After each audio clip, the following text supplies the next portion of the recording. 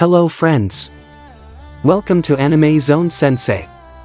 In this video I will show you top 10 times JoJo's Bizarre Adventure broke its own rules. JoJo's Bizarre Adventure has been running for more than 30 years. Unsurprisingly, the series has broken its own rules on more than one occasion. Hirohiko Araki's JoJo's Bizarre Adventure has transcended into one of the most celebrated series of all time. Even after 3 decades, there's still no end in sight for Araki's signature series.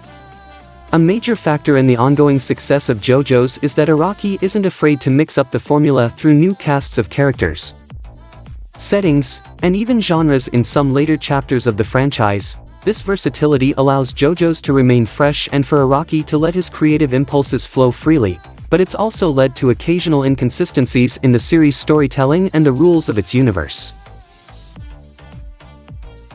Number 10. Stands can only be affected by other stands. Diamond is Unbreakable arrives right at the point where Araki is ready to take some bold experiments with what defines a stand. Mikitaka is already a unique individual since he's allegedly an alien who takes up residence in an electrical tower.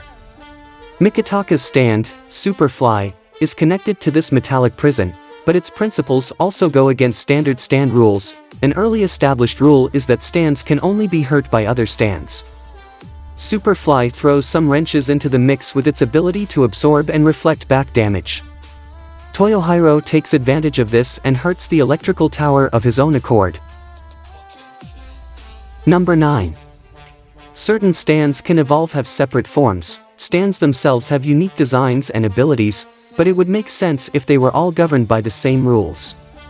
It wouldn't seem strange if every stand has the potential to evolve into a greater form and take on new powers. Instead, stand evolution is an unusual process that only a handful of stands experience. Koichi Hirose's Echoes from Diamond is Unbreakable undergoes multiple acts that represent the stand user's own growth. Johnny Joestar in Steel Ball Run experiences a similar phenomenon with his stand Tusk, albeit with different results. Number 8. Injuries of stand users are identical. A crucial piece of cautionary advice during the introduction of stands is that they're linked to their users in a way where they share damage. Any injury that a stand or stand user receives will be reflected in their counterpart, and this principle even carries over to death. It makes sense that a stand and their user share this lifeline, but most automatic stands break this rule.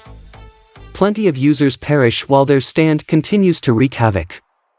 Furthermore, Silver Chariot Requiem is able to walk on its legs, yet its user is crippled to a wheelchair.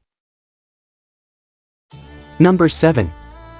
Stand powers can regress. There's such stasis to most of the stands in JoJo's Bizarre Adventure that it becomes quite exciting when Jotaro Kujo's Star Platinum demonstrates that it's able to extend how long it can stop time. Jotaro can initially use Star Platinum to freeze time for 5 seconds, but after years of neglecting his abilities, it weakens to only a range of 1 or 2 seconds. In Stone Ocean, Jotaro is able to get Star Platinum back to its 5-second limit. No other stand user needs to constantly keep their powers refined at the risk of them deteriorating. Number 6.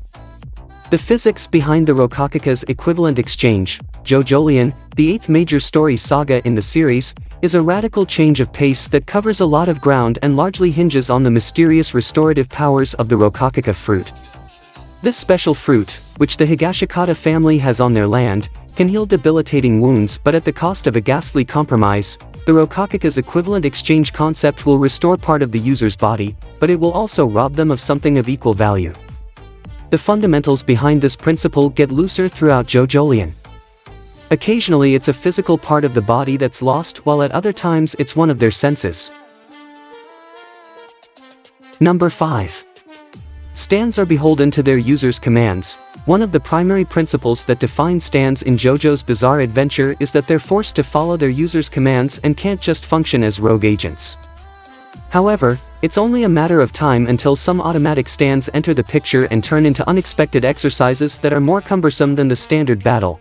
There are multiple examples of stands who have a mind of their own, but Dragon's Dream from Stone Ocean is a particular nuisance. Kenzu, the stand's user, comes across as incidental in the equation. Dragon's Dream is actually the brains behind the operation. Number 4. How many stands an individual can possess?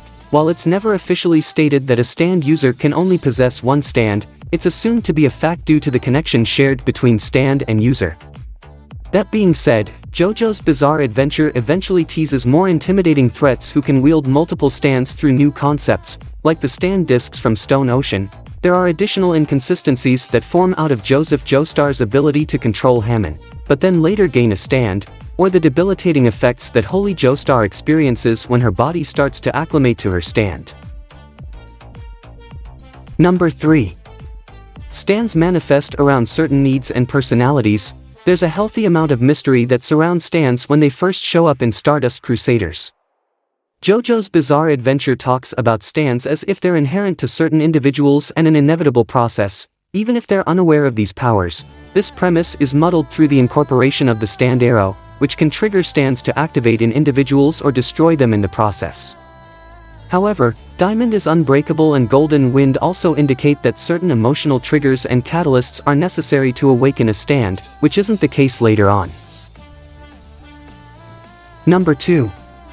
Stands can swap users. Not every stand user is a fan of their stand, but there's a natural level of responsibility involved where they try to make the most out of their situation, since it's not as if stands are something that can be traded between individuals. That being said, Cheap Trick is an example of one of the few stands that hops between people and accumulates multiple users, leaving corpses in his wake. Cheap Trick is proof that certain stands can swap users. Even though Rohan Kishibe has his Heaven's Door stand, he's still co-opted by Cheap Trick's games. Number 1. Objects. Animals can have stands. JoJo's Bizarre Adventure explains that there's agency between a stand and their user, which implies that the user needs to have enough mental capacity to know how to use this power. Humans are a natural fit for stands, but over time there are some odd exceptions that enter the picture, like animals who possess stands. Animals still possess independent thoughts, but there are also bound stands that are linked to inanimate objects, like the guardrail from the final chapter of JoJolion. Furthermore, some stands operate as locations rather than humanoid fighters, like Emporio's burning down the house. This is all for today's video. See you in a new video.